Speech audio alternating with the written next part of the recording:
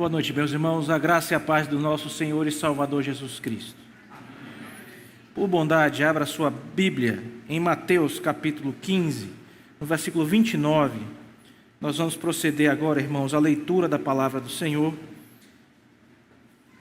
E o nosso pedido é que você também, por bondade, permaneça com sua Bíblia aberta, para que você possa acompanhar toda a exposição.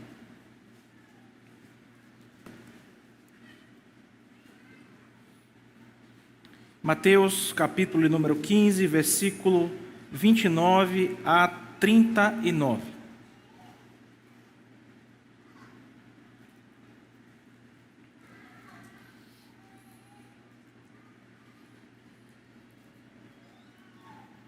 Diz assim a palavra de Deus.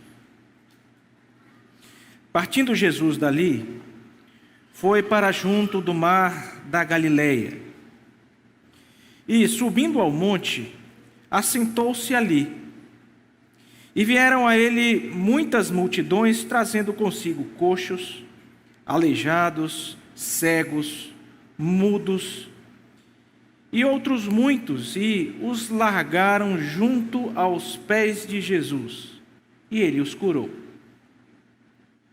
De modo que o povo se maravilhou ao ver que os mudos falavam, os aleijados recobravam saúde, os coxos andavam e os cegos viam.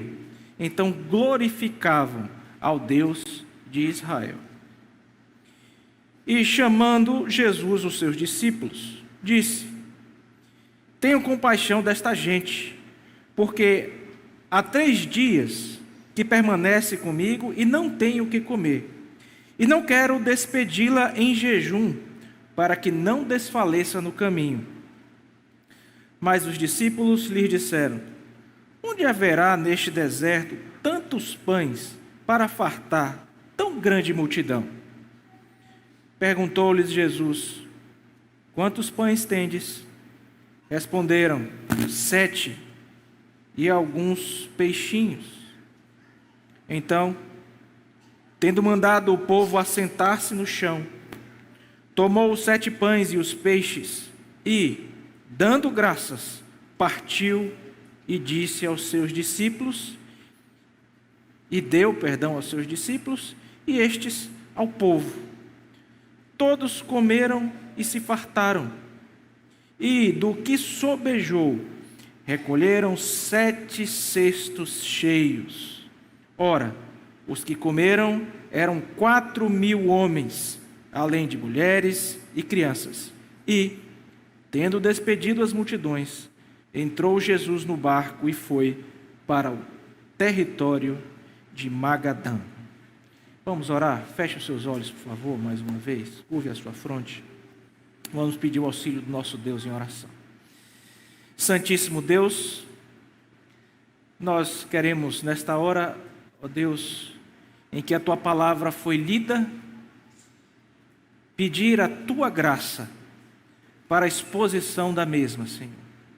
Rogando que em Jesus Cristo o Senhor nos abençoe, iluminando-nos, ó Deus, com Teu Santo Espírito, para que, recebendo a Tua palavra, sejamos operosos praticantes, ao invés de ouvintes negligentes. Ó Deus, que o mesmo Espírito que inspirou o escritor sagrado a registrar tão preciosas letras, venha agora, ó Deus, nos iluminar, para que possamos assim, Senhor, compreendendo, viver a Tua palavra, para a alegria nossa e para a glória do Teu santo nome. Nós oramos assim, ó Deus, agradecidos em Cristo Jesus. Amém. Muito bem, meus irmãos. Se você espera muito de alguma coisa, e essa coisa que você esperava termina não acontecendo, normalmente nós temos a reação de ficar frustrados. Me permita explicar isso melhor para você. Quando alguém te procura e fala assim: pastor, ou irmão, amigo, tem um restaurante na cidade que é muito bom, como aquele prato tal. Agora prepara, pastor, que o local lá é caro. Aí você vai e faz aquela economia para levar a patroa no dia do aniversário dela, para comer naquele restaurante e o seu coração chega lá cheio de expectativa. E aí você vai e come aquele prato e de repente você percebe que, mercê daquela expectativa que você tinha no coração, aquele prato não era aquilo tudo. Isso acontece muitas vezes também quando nós nos aproximamos de livros. Alguém indica um livro para você e diz assim: olha, esse livro aqui mudou a minha vida, é um livro perfeito, muito bom mesmo. Aí você, às vezes, quebra até o seu cronograma de leitura, porque você está precisando abordar aquela temática, aquele livro foi indicado para você, e você começa a ler o livro. E de repente você vê que aquele livro realmente não era aquilo tudo que você esperava. O que falar dos filmes? Os jovens hoje, os adolescentes, conhecem essa palavra aí chamada hype. Tal filme está no hype, ou seja, ele está lá no ápice. Todo mundo quer ver um filme excelente. Aí você vai ver o filme com aquela expectativa e quando chega lá você percebe que não é bem aquilo. Realmente, irmãos, quando nós esperamos muito de alguma coisa, quando esperamos que uma coisa seja excelente e que nos defrontamos com aquela coisa e percebemos que ela não é aquilo que nós esperávamos, nós costumamos, de algum modo, nos frustrar. Porém, será que você já viveu uma experiência diferente dessa? Alguma coisa muito boa lhe foi proposta, mas muito boa mesmo. E quando você viveu esta coisa, você percebeu que ela não era simplesmente muito boa, ela era excelente, ela era fantástica, ela era mais do que lhe falaram. E é justamente desta forma, irmãos, que é a mensagem da salvação e o alcance da salvação de Deus para cada um de nós. Nós recebemos algo que é excelente, que é incomparavelmente melhor do que nós poderíamos pensar ou imaginar em Cristo Jesus. No texto de hoje, meus irmãos, nós queremos trabalhar com vocês a seguinte ideia: a compaixão e o poder de Jesus são demonstradas através da cura e alimentação dos gentios, mostrando que Ele é o Rei Salvador, não somente de Israel, mas de toda a humanidade. Me permita repetir para você. A compaixão e o poder de Jesus são demonstrados através da cura e alimentação dos gentios, mostrando que Ele é o Rei Salvador, não apenas de Israel, mas de toda a humanidade. Essa é a ideia central do que vamos abordar hoje à noite. De forma, irmãos, que eu gostaria que você voltasse um pouco à sua Bíblia e, à medida que eu fosse abordando alguns textos, você caminhasse comigo nestes textos até chegarmos no texto que vamos expor. E nós percebemos, irmãos, a partir do capítulo 15, que é o capítulo que nós temos estudado nos últimos domingos, a partir do versículo 21, que o nosso Senhor e Salvador Jesus Cristo se retirou para as chamadas regiões gentias. Ele anteriormente vinha pregando aos judeus, pregando ao seu povo, e ele permaneceu, irmãos, durante um bom tempo fazendo isso. A partir do capítulo 15, versículo 21, nós vimos ele mudar a estratégia e sair da região do seu povo e caminhar para os gentios. Se você olhar o capítulo 14, versículo 34, você vai ler lá justamente que o Senhor Jesus permaneceu na região de Genezaré. E ele ficou lá um tempo pregando o evangelho do reino, e os judeus dessa região, da região da Galileia, tiveram o privilégio grande de ouvir a mensagem do evangelho, de ver o Senhor Jesus fazendo milagres. E a despeito disso, irmãos, a despeito dessas pregações, dos milagres, o povo não foi impactado, o povo não se transformou, o povo não deu ouvidos, mesmo vendo que a mensagem dele era acompanhada por milagres e por poder. De sorte, irmãos, que estes milagres que o Senhor Jesus fez ali entre os seus próximos, até mesmo no meio dos seus familiares, era uma clara demonstração de que o rei tinha chegado, de que o rei estava entre eles, de que o reino havia chegado. Em Mateus 4, capítulo 4, versículos 12 a 17, nós lemos o seguinte: Ouvindo, porém, Jesus que João fora preso, retirou-se para a Galileia e, deixando Nazaré, foi morar em Cafarnaum, situada à beira-mar, nos confins de Zebulon e Naftali, para que se cumprisse o que fora dito por intermédio do profeta Isaías: terra de Zebulon, terra de Naftali, caminhos do mar além do Jordão, Galileia dos gentios. O povo que jazia em trevas viu grande luz, e aos que viviam na região e sombra da morte resplandeceu-lhes a luz. Daí por diante passou Jesus a pregar e a dizer: arrependei-vos, porque está próximo o reino dos céus. O reino chegou, juntamente com ele o rei. Mas mesmo, irmãos, que essa mensagem de arrependimento estivesse sendo entregue, aquele povo não se arrependeu, de sorte que se você caminhar algumas páginas à frente na sua Bíblia, no capítulo 11, a partir do versículo 20, nós vamos ler: Passou Jesus a increpar as cidades nas quais operara numerosos milagres, pelo fato de não se terem arrependido. Ai de ti, Corazim, ai de ti, Betsaida, porque se em Tiro e Sidom se tivesse operado os milagres que em vós se fizeram, Tiro e Sidom, nosso texto vai falar sobre essas duas cidades. Porque se em Tiro e Sidom se tivesse operado os milagres que em vós se fizeram, há muito elas teriam se arrependido com pano de saco e cinza. E contudo vos digo, no dia do juízo haverá menos rigor para Tiro e Sidom do que para vós outras. Tu, Cafarnaum, elevar-te-ás porventura até o céu? Descerás até o inferno, porque se em Sodoma se tivessem operado os milagres que em ti se fizeram, teria ela permanecido até o dia de hoje. Digo-vos, porém, que menor rigor haverá no dia do juízo com a terra de Sodoma do que para contigo. Ora, irmãos, veja que o povo de Israel negou a mensagem do Messias.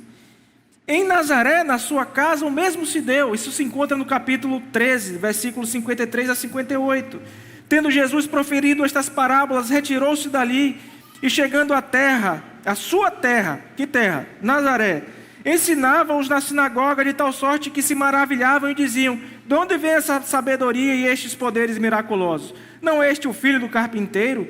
Não se chama sua mãe Maria, seus irmãos Tiago, José, Simão e Judas? Não vivem entre nós todas as suas irmãs? De onde lhe vem, pois, tudo isso? Escandalizavam-se nele. Jesus, porém, lhes disse: não há profeta sem honra, senão na sua terra e na sua casa. E não fez muitos milagres ali, por causa da incredulidade, do coração incrédulo deles, meus irmãos. Veja, que situação terrível. E então, o Evangelho diz que João Batista foi preso por Herodes Antipas, e chegamos, enfim, no capítulo 15, que é o contexto próximo do nosso texto.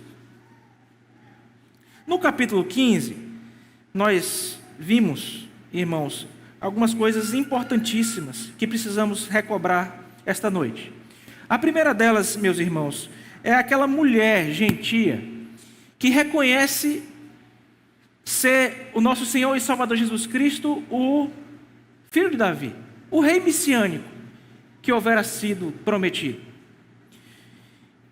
E isso acontece nos versículos 22 a 28, bem próximos ao nosso texto. Primeiro encontro do Senhor Jesus, quando ele então não é ouvido pelos seus, não é ouvido pelo povo de Israel, e que ele resolve agora retirar-se para a região de gentios. Ele sobe, ele vai mais ao norte e sobe para as cidades ímpias de Tiro e Sidom, e lá ele encontra, irmãos, uma mulher que reconhece ele ser o filho de Davi. Nós vimos, irmãos, através de um sermão altamente abençoador, o nosso pastor nos falando sobre aquela fé que agrada ao Senhor Jesus. Uma fé impressionante vinda de uma mulher gentia. Ela vem até ele, você pode correr rapidamente os seus olhos no texto, a partir do versículo 53, chamando ele de filho de Davi. Senhor, filho de Davi, tem compaixão de mim. Esta mulher cananeia, ou seja, uma mulher pagã, não judia, demonstra uma familiaridade, irmãos, com a tradição messiânica judaica.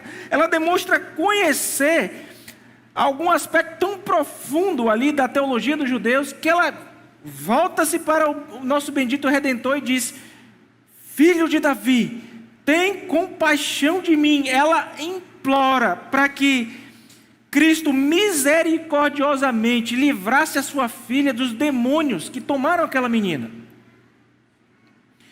E essa mulher, irmãos, familiarizada com a reputação do nosso Senhor e Salvador Jesus Cristo, porque este mesmo evangelho diz que a sua fama havia sido espalhada, ela então toma essa iniciativa. E recorde o que nós ouvimos com o nosso pastor domingo passado. Inicialmente o Senhor Jesus parece estar calado ali, ele fica quieto, ele não atende ao pedido de socorro desta mulher, mesmo ela falando algo tão verdadeiro. E, irmãos, os discípulos, aparentemente olhando para Cristo e ali tentando de algum modo entender por que ele estava silente, tomaram por opinião a ideia de expulsar aquela mulher. Despede-a logo, Senhor, para que ela vá embora, porque ela continua aqui enchendo a nossa paciência, clamando. Até que então, irmãos, o nosso Senhor continua a testar a fé daquela moça. Provavelmente os discípulos deviam ter em mente aquilo que o Senhor Jesus tinha ensinado para eles no capítulo 10, versículos 5 e 6. Quando ele mandou os 12 e deu-lhes instruções, disse: não tomei rumo aos gentios, nem entreis na cidade de samaritanos, mas deis preferência e procurai as ovelhas perdidas da casa de Israel. Então eles chegaram nessa região gentia, essa mulher ali, ele falou: despede logo essa mulher, Senhor, está aqui enchendo a nossa paciência. Provavelmente eles estavam entendendo que ela não merecia, que nem eles foram chamados para fazer isso, nem o Messias deveria fazer isso também. E realmente, irmãos, o nosso Senhor veio como servo sofredor, primeiro para os da casa de Israel. Entretanto, e aqui há toda uma ligação, irmãos, com o nosso texto, com a ideia central do nosso texto. Paulo, escrevendo em algum lugar da sua carta aos Romanos, diz o seguinte: digo, pois, que Cristo foi constituído ministro da circuncisão. Cristo, ministro da circuncisão, ou seja, entre os judeus, em prol da verdade de Deus, para confirmar as promessas feitas aos nossos pais, e para que os gentios glorifiquem a Deus por causa da sua misericórdia, como está escrito: por isso eu te glorificarei entre os gentios e cantarei louvores ao teu nome. Ora, aquela mulher parece ter um conhecimento muito especial. Ela entende que o Senhor Jesus veio para os judeus. Ela sabia daquilo, como nós bem vimos no domingo passado. Mas a grandeza da fé desta mulher que queria exorcizar os demônios da sua filha, irmãos, era o fato de saber que, para além de Jesus Cristo vir para os seus, para os judeus, havia também uma promessa subjacente que, por meio dos judeus, os gentios também seriam abençoados.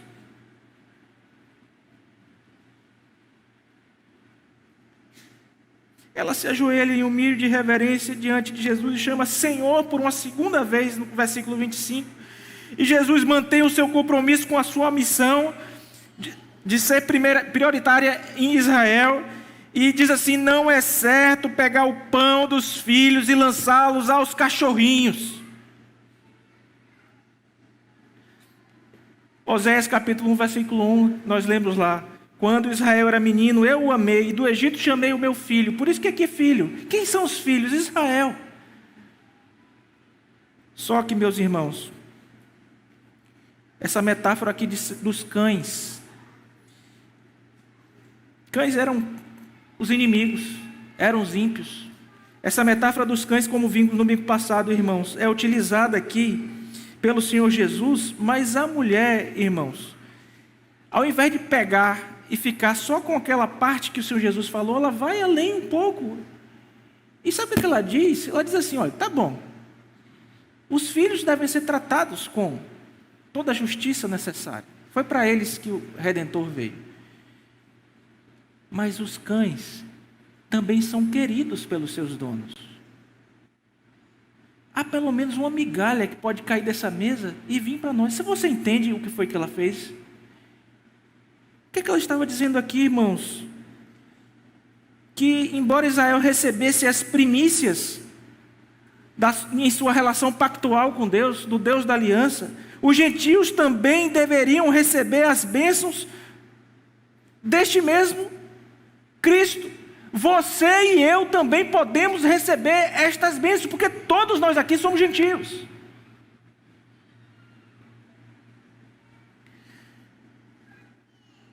Gênesis 12, 3: abençoarei os que te abençoarem, amaldiçoarei os que te amaldiçoarem. Em ti, Abraão, serão benditas todas as famílias da terra. Em Abraão serão benditas todas as famílias da terra. Oh, irmãos, que conhecimento precioso essa mulher tinha. Como nós vimos domingo passado, naquele sermão tão abençoador para todos nós, Jesus estava testando a fé daquela mulher, se ela realmente sabia fazer a distinção histórica da salvação que vem primeiro para os judeus, mas que chega também para os gentios. Se ela sabia realmente que o nosso bendito Redentor recompensaria pessoas de todas as línguas, povos, raças e nações. E ela passou nos testes, não foi, pastor? Ela foi aprovada. Ela manifestou aquela fé que impressionou o nosso Redentor. Disse: olha que fé tremenda, ó irmãos. Ela então passa com louvor naquele teste, como nós vimos. Como o rei messiânico de Israel, Jesus também é o rei messiânico dos gentios, de todos os povos. E ele cuidará das necessidades de todos, primeiro dos judeus, que são os filhos, e depois dos gentios, que são os cães, mas todos serão atendidos.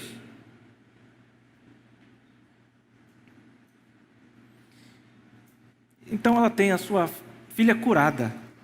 E, irmãos, isso mostra a grandeza, irmãos, da fé daquela mulher, e mostra lições que são indispensáveis para o nosso texto de hoje. Eu comentava isso com o nosso pastor, porque nós precisamos chegar aqui ao nosso texto, meus irmãos, e há uma indissociação.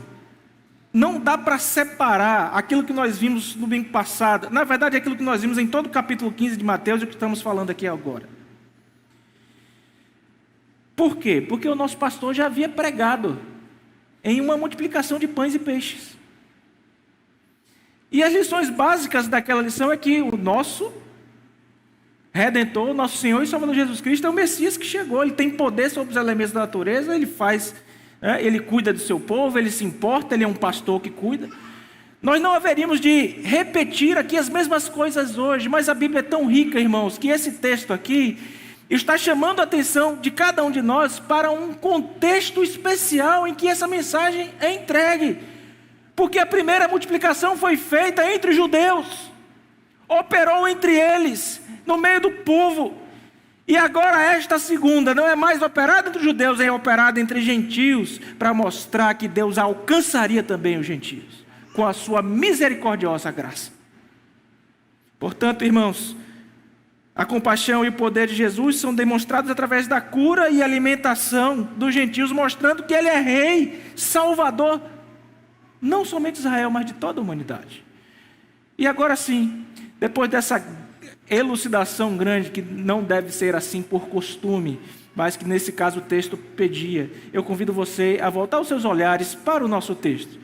Versículos 29 a 31, a primeira parte dessa ideia que diz que a compaixão e o poder de Jesus são demonstrados na cura dos gentios. E vamos ler agora o relato dessa cura. Partindo Jesus dali, foi para junto do mar da Galileia, e subindo ao monte, assentou-se ali. Vieram a ele muitas multidões, trazendo consigo coxos, aleijados, cegos, mudos e outros muitos, e os largaram junto aos pés de Jesus, e ele os curou. De modo que o povo se maravilhou ao ver que os mudos falavam, os aleijados recobraram a saúde, os coxos andavam e os cegos viam. Então glorificaram ao Deus de Israel. Nós já mencionamos, irmãos, que o nosso Senhor e Salvador Jesus Cristo saiu da sua região gentílica e foi para os lados de Tiro e Sidom. E logo depois, irmãos, Tiro e Sidom ficam lá no alto, na parte norte. Nós vamos ver no restante do Evangelho de Mateus que ele vai deslocar para Cesareia de Filipos, que fica ali ao lado de Tiro e Sidom, um pouco mais a leste. E que dali ele vai descer para uma região chamada Decápolis. O nome é tranquilo para a gente identificar: Deca, 10, Polis, cidades, uma região composta por 10 cidades. Quem nos dá essa informação de que ele foi para esta região é o evangelista Marcos, no texto correlato a este. É dito lá em Marcos 7,31. De novo se retirou para as terras de Tiro e Sidom, e foi por Sidom até chegar ao mar da Galileia, através do território de Decápolis. Então ele vai para lá, irmãos, com a área predominantemente gentia, na costa sudeste do mar da Galileia. Por que isso é importante, irmãos, essa informação? Porque ele começou a pregar ali e, irmãos, começou a autenticar ali a mesma verdade que ele houvera entregado aos seus contemporâneos, de que ele era o rei que chegou. Então, por que tivemos que falar tanto de contexto, irmãos? Porque quando a gente põe em justa oposição a história anterior, que enfatizava a prioridade histórica da salvação de Israel em primeiro lugar, e depois a salvação dos gentios, quando vimos lá o lançamento de migalhas que caem da mesa para a salvação dos gentios, os filhos ficam com a comida, as migalhas com os gentios, nós agora encontramos preparado o cenário pelo qual o Senhor Jesus vai atuar de forma mais geral com os gentios que estão ali.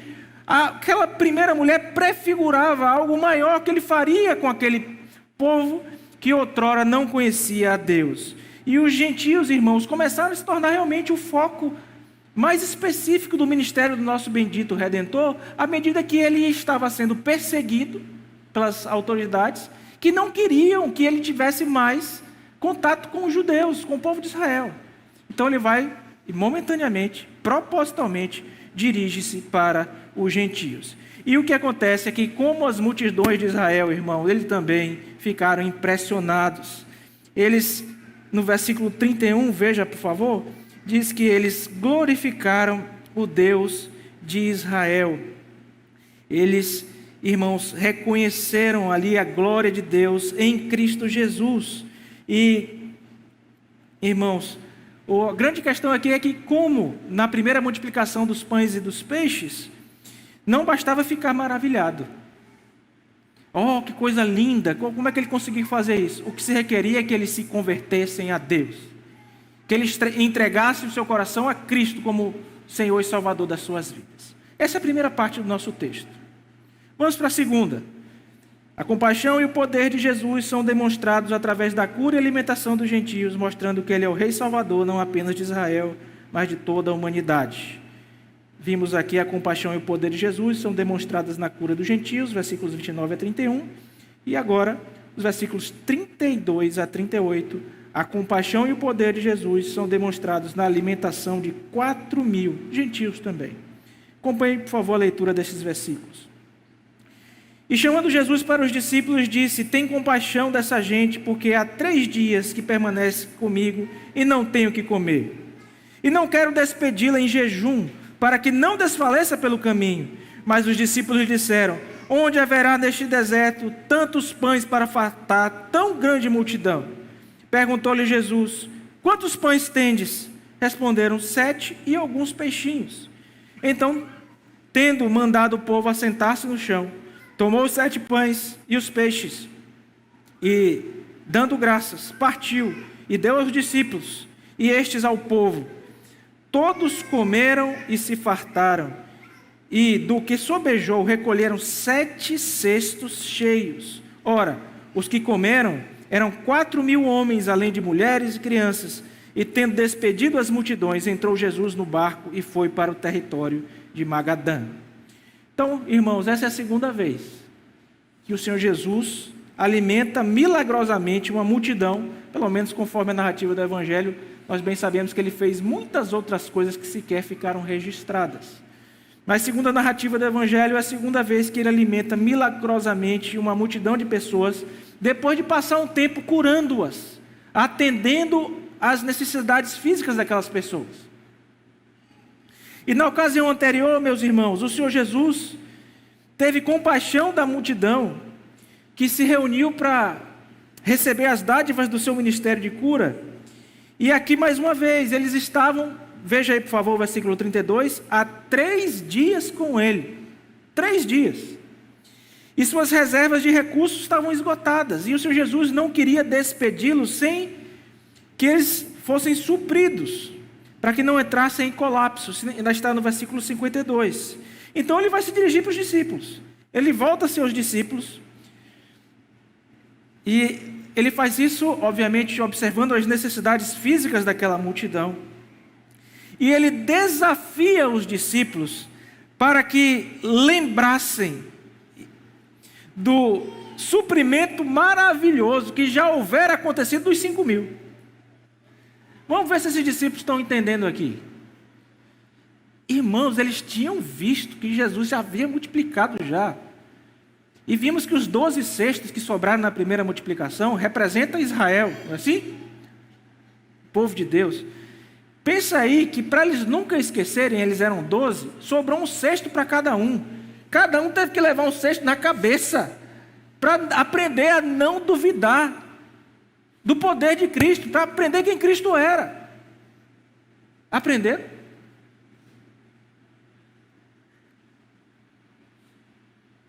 E aí nós chegamos aqui. Os discípulos ainda não compreenderam totalmente a magnitude da identidade de Jesus. Eles tinham fé, mas a fé deles estava em desenvolvimento, porque questionaram mais uma vez: onde é que nós vamos encontrar suprimentos para alimentar tão grande grupo?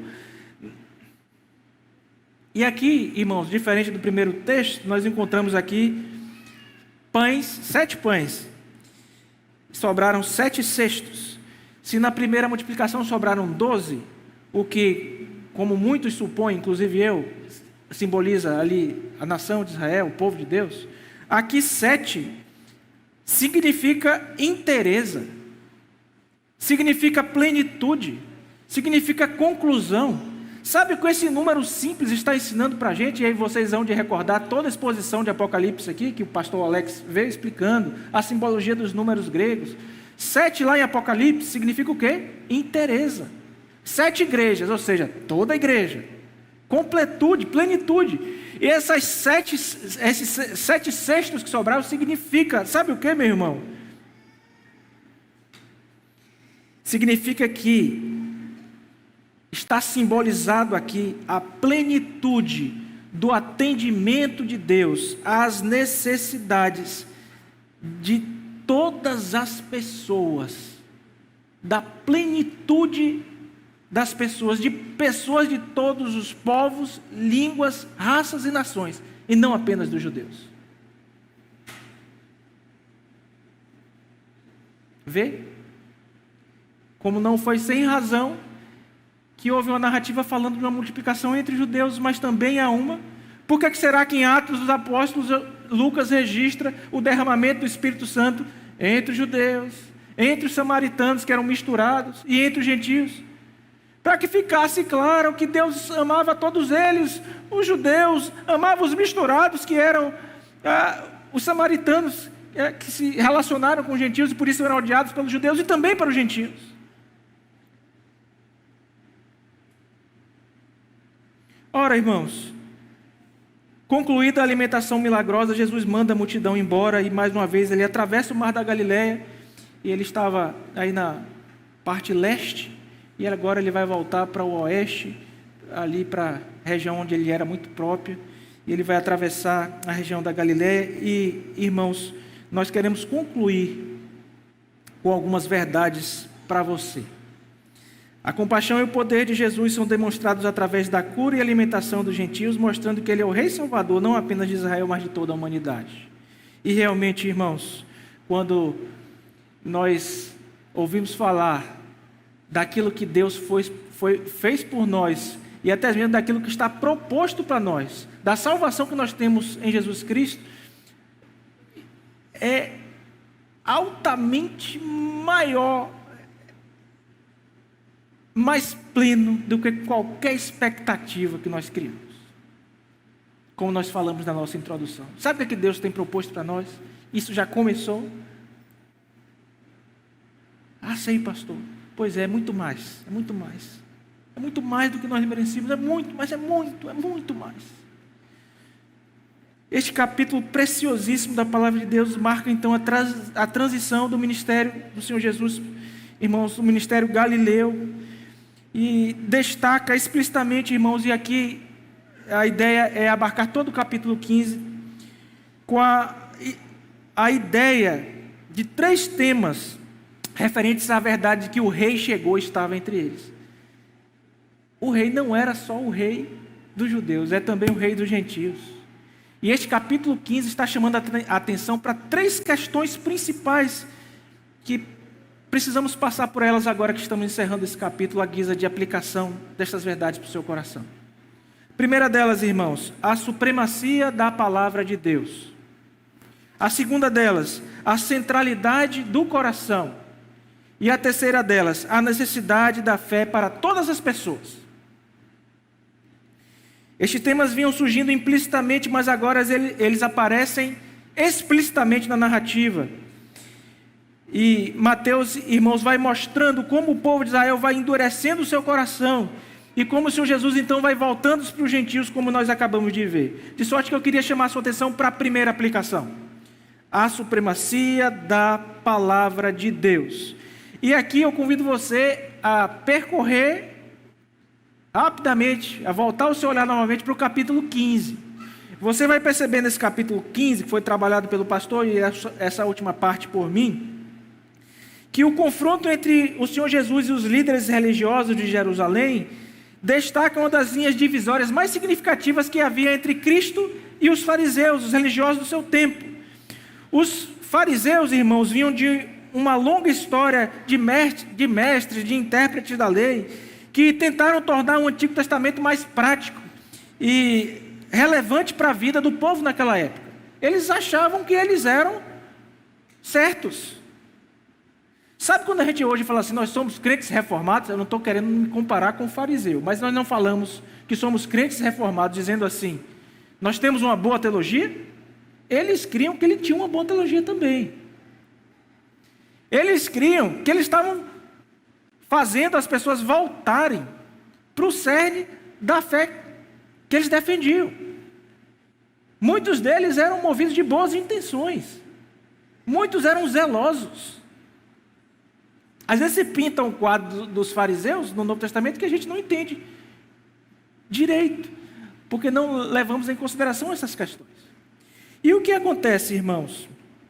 Enquanto os judeus estavam em cativeiro, depois que o templo foi destruído, as prescrições do Antigo Testamento para os sacrifícios, as ofertas, começaram a parecer irrelevantes para o povo. E à medida que isso acontecia, foram desenvolvidos uma série de ensinos, de interpretações, que acreditavam refletir o ensino da palavra de Deus. E então, irmãos, os rabinos começaram a discutir, não, a interpretação desse texto é essa, a interpretação é aquela outra, e aquilo começou a ser trabalhado. O Senhor Jesus chega em um momento em que essas discussões, na tentativa de um retorno para o que é certo, estavam acontecendo tanto que os judeus começaram a valorizar mais a tradição oral deles do que a palavra de Deus. A primeira aplicação nossa, centralidade da palavra de Deus na minha e na sua vida. Algumas das suas tradições estavam em conflito direto com os mandamentos do Antigo Testamento. Tragicamente, irmãos, essas coisas estavam tão arraigadas nele, eles ficaram tão cegos, achando que estavam corretos. Ficaram tão cegos, mas tão cegos, que se endureceram contra a verdade da palavra de Deus. Mas o pronunciamento do nosso bendito Redentor é claro. Somente a palavra de Deus dá a direção suprema para tudo na nossa esfera de realidade. É a palavra de Deus que diz o que nós devemos viver em nossa religião, na nossa religiosidade. É a palavra de Deus que diz como devemos nos relacionar socialmente. É a palavra de Deus que diz como nós devemos nos relacionar dentro de casa também. A nossa ética, a nossa política, ou qualquer outra coisa deve ser norteada pela palavra de Deus. E este capítulo 15 vai falar sobre isso. O povo de Israel, sabe por que não estava ouvindo a Cristo? Porque eles estavam arraigados nos seus erros. Cristo volta-se para os gentios, mas por quê? Porque eles estavam arraigados nos seus erros. Eles não queriam de forma nenhuma abrir mão do que achavam. Irmãos, eu falava hoje com os jovens na escola dominical, sejamos humildes. Vamos baixar um pouquinho, irmãos, a nossa bola.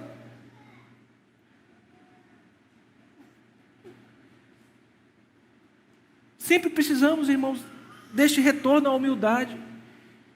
Achamos as coisas e por acharmos, justificamos os nossos atos, inclusive às vezes defendendo isso como que uma espécie de forma de religiosidade nossa. Muitos fariseus fizeram seus votos de boa fé, não evitando intencionalmente a obrigação com os pais. Lembra que o pastor pregou sobre isso? Quando eles estavam lá maculando a lei, na obrigação com os pais. Muitos judeus estavam pensando que estavam fazendo alguma coisa certa ali. Ao questionarem a Jesus e seus discípulos sobre uma das suas leis de pureza, suas ações revelavam que os seus corações estavam se tornando endurecidos contra os propósitos de Deus, porque resolveram colocar o que achavam dentro do coração. Tradição de homens. O que pensavam. Oh, irmãos, não cabe que seja assim conosco. Não cabe. A palavra de Deus deve ser o árbitro do nosso coração.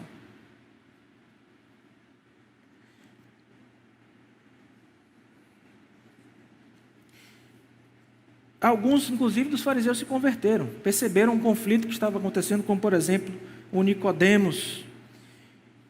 Entendeu que o Senhor Jesus trazia o ensino correto do Antigo Testamento. Mais tarde, Saulo também se converteu. E como o apóstolo já, ele adverte: cuidado para que ninguém vos engane com filosofias vãs e enganosas, que dependem mais da tradição humana e dos rudimentos desse mundo do que de Cristo.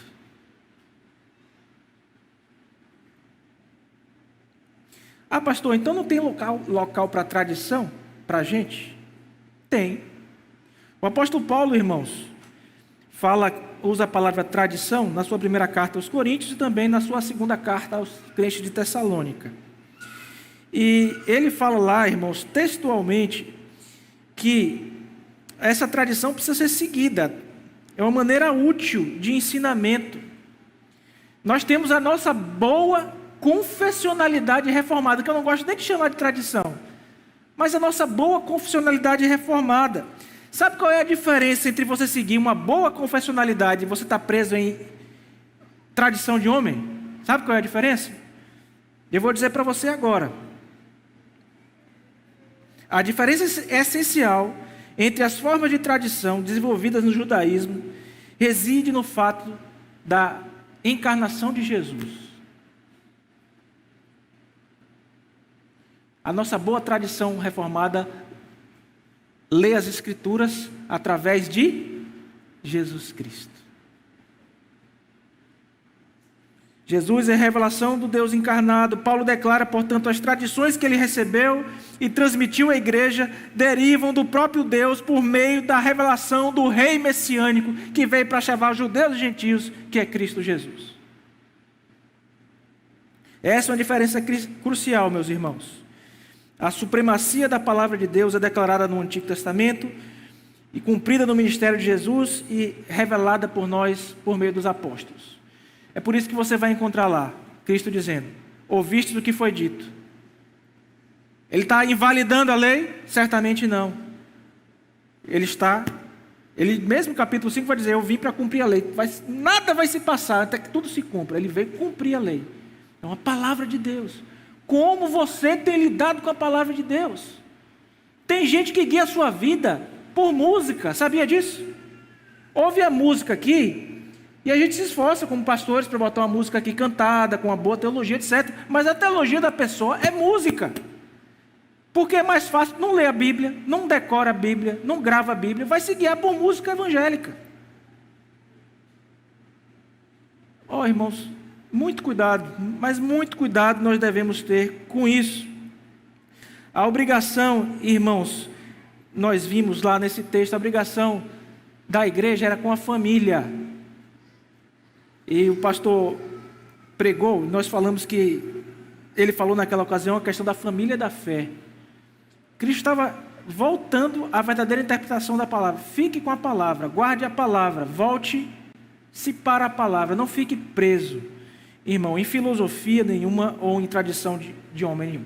Primeira parte da nossa aplicação. Segunda, centralidade do coração. Jesus, repetidamente, meus irmãos, o nosso Redentor, contrastou o externo e o interno dos seus ensinamentos sobre o papel do coração na vida de uma pessoa. Primeiro ele falou assim, nesse mesmo exemplo: ouviste do que foi dito, não mate. Mas se você matar, olhar com ódio, o que foi que você já fez? Matou aonde? No coração. Pecou. E, irmãos, ele fala lá, no capítulo 5, versículo 8, os puros de coração vão ver a Deus. São bem-aventurados, porque vão ver a Deus. Em Mateus 5:20, porque vos digo que se a vossa justiça não exceder muito a dos escribas e fariseus, jamais entrarei no reino dos céus. Ele está se referindo à pureza de um coração. Um coração que precisa superar em muito aquilo que os líderes judeus do seu tempo faziam. Irmãos, a retidão da vida no reino é encontrada na obediência de coração à lei e aos profetas. Então, o seu coração, o que é que você tem feito com o seu coração? Como você tem alimentado o seu coração? O cansaço e o fardo da atividade legalista, falsa religiosidade, nunca podem produzir o descanso para a alma e a leveza do fardo de Jesus. Nunca poderão. O nosso bendito Redentor, ao contrário, transforma o nosso coração. É uma mudança de dentro para fora. Esse capítulo 15 vai dizer que não é o que entra pela boca que nos corrompe, é o quê? Que sai. A sua corrupção está aqui, dentro de você, no seu coração.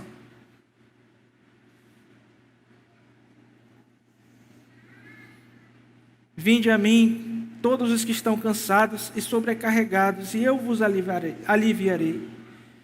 As palavras que alguém profere são evidência externa de um coração interior bom ou mau, raça de víboras. Como podeis falar coisas boas sendo maus, porque a boca fala do que está cheio o coração. O homem bom tira do tesouro bom coisas boas, mas o homem mau do mau tesouro tira coisas más. E aí a gente vê o crente falando coisa que não deve, proferindo palavra que não cabe. Vamos esticar isso aqui, estando em ambientes que não pode. Você já viu jovem cristão no meio de bagunça, de barzinho, dançando essas músicas aí que se vê hoje em dia? Cabe isso para um jovem cristão? Cabe ficar vendo todo tipo de coisa, todo tipo de série no Netflix que vai estimular aí uma sexualidade libidinosa, defendendo ali todo tipo de prática vergonhosa? Não cabe, irmão. A gente fala que está cheio o coração, a gente vive de uma forma porque o coração está cheio de alguma coisa. Centralidade do coração. A semente da palavra de Deus plantada no coração de uma pessoa revelará externamente se ela recebeu a mensagem sobre Jesus, sobre o seu reino, e endureceu ou não o seu coração.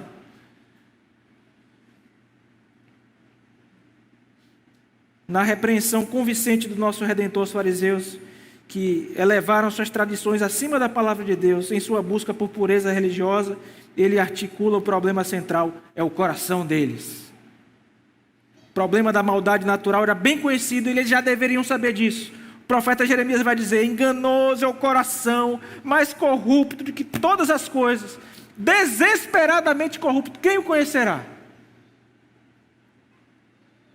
Jeremias capítulo 31, versículo 33, também o profeta chorão, dizia: porque esta é a aliança que firmarei com a casa de Israel. Depois daqueles dias, diz o Senhor, na mente dele lhes imprimirei as minhas palavras, também no coração lhes escreverei, e eu serei o seu Deus, e eles serão o meu povo. Vê, irmão, não é uma prática esvaziada de sentido, ela é real, ela é verdadeira. E por fim, irmãos, com a instituição da nova aliança em seu sangue, essa mudança do coração, ela é distintiva dos discípulos de Jesus. Nós estamos aqui e vamos comemorar daqui a pouco. Comemorar, o que é isso? Juntos, memorar. Juntos lembrar o que Cristo fez por nós. E a marca distintiva, irmãos, de um coração transformado está aqui. Enquanto comiam, tomou Jesus um pão e abençoando, partiu, deu aos discípulos, dizendo: tomai e bebei, isso é meu corpo. A seguir tomou um cálice, dando graças, o deu aos seus discípulos, dizendo: bebei todos, porque isto é o meu sangue, o sangue da nova aliança, derramado em favor de muitos. Essa aliança que vem para transformar o seu coração, tirar um coração de pedra e dar um coração de carne, um coração que pode realmente ser escrito, um coração que realmente pode cumprir a lei de Deus em prazer, em amor, em gozo. E digo que desta hora em diante não beberei o fruto da videira até aquele dia em que hei de beber novamente convosco. Jesus traz um novo coração pelo qual Israel e toda a humanidade ansiavam. Essa transformação interior será capacitada pelo Espírito Santo, irmãos. Como profetizou Ezequiel: dar-vos-ei um coração novo e porei dentro de vós espírito novo. Tirarei de vós o coração de pedra e vos darei um coração de carne. Porei dentro de vós o meu espírito e farei que andeis nos meus estatutos e guardeis os meus juízos e os observeis. Então, como crente que eu sou, eu ando de acordo com a vontade de Deus. Por quê? Porque Deus mudou o meu coração. Tem sido assim com você? Se não tem, acende um sinal. Se não for um sinal amarelo, é um sinal vermelho. Um sinal vermelho. Em último lugar, irmão e irmã, a necessidade da fé para todas as pessoas. A última aplicação. Neste capítulo, Mateus enfatiza que a verdadeira fé em Jesus, como rei messiânico, é um requisito para que pessoas, seja qual for a raça, a cor, a etnia, o que for, nacionalidade, sejam salvas. O povo da Galiléia judaica, privilegiado por ser o primeiro a ouvir e receber o convite do Senhor Jesus, o pessoal da cidade natal dele, Nazaré, todos endureceram o coração, não ouviram sua mensagem. Em contraste, os discípulos até ouviram e se apropriaram da fé, mas uma fé que ainda estava fraca, em desenvolvimento.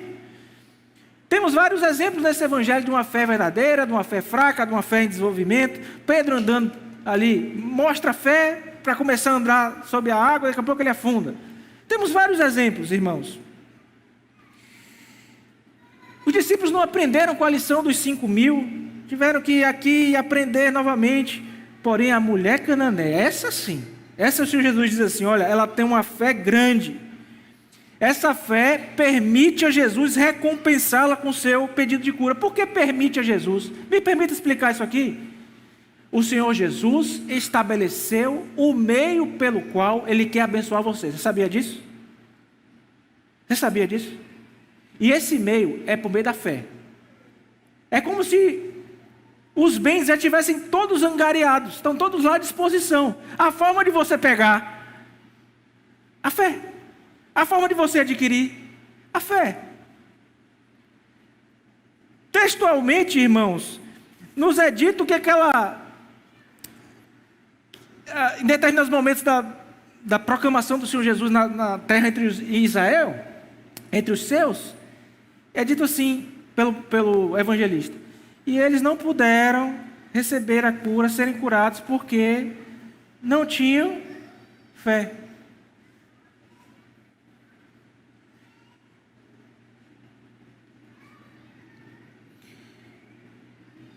Grande fé não implica em uma grande quantidade, irmãos. A grande fé daquela mulher é a firmeza inabalável em confiar na palavra de Deus, no mistério de Jesus, para ter um coração transformado. A fé persistente dessa mulher gentia indica que, apesar das chances muito pequenas de que uma pessoa estrangeira entendesse, num contexto pagão, quem é Jesus, isso é possível. E essa é a boa notícia. Você que está nos visitando aqui não conhece Jesus. De repente você veio convidado para o batismo de uma das crianças, está aqui nos visitando. Para você, como foi para mim, a fé é acessível. Mesmo que você saiba pouquinho de Jesus. Mesmo que você venha de uma família lá de longe. Mesmo que sua vida esteja aí em frangalhos. Cristo veio para pessoas como você e como eu. E você pode confiar nele de coração e pedir: transforme meu coração de pedra, coloque um coração de carne, e ele, se você for agraciado por Deus, fará isso com você. Se você for um eleito do Senhor, ele fará isso com você. O cuidado compassivo do nosso Redentor está disponível para todos os que aceitam a sua palavra, para todos aqueles que se dispõem em tirar o que está aqui no coração, tirar o erro, tirar a tradição, tirar o que acha, tirar o que gosta e colocar no local o que Deus quer, colocar Jesus e viver para a glória do Seu nome. A minha oração, irmãos, é que Deus nos abençoe e que enche o nosso coração de gratidão. Sabe por quê? Porque a salvação não chegou somente para os judeus. Ela chegou para a gente também. Chegou para nós gentios. E que possamos, irmãos, à luz de tamanha manifestação de amor, proclamar essa salvação que nos alcançou a tantos quantos ainda precisam ouvir que o Rei veio, e não veio para um grupo especial apenas. Ele veio para todos que aceitarem a Ele como Senhor e Salvador das suas vidas. Que Deus ricamente nos abençoe. Amém.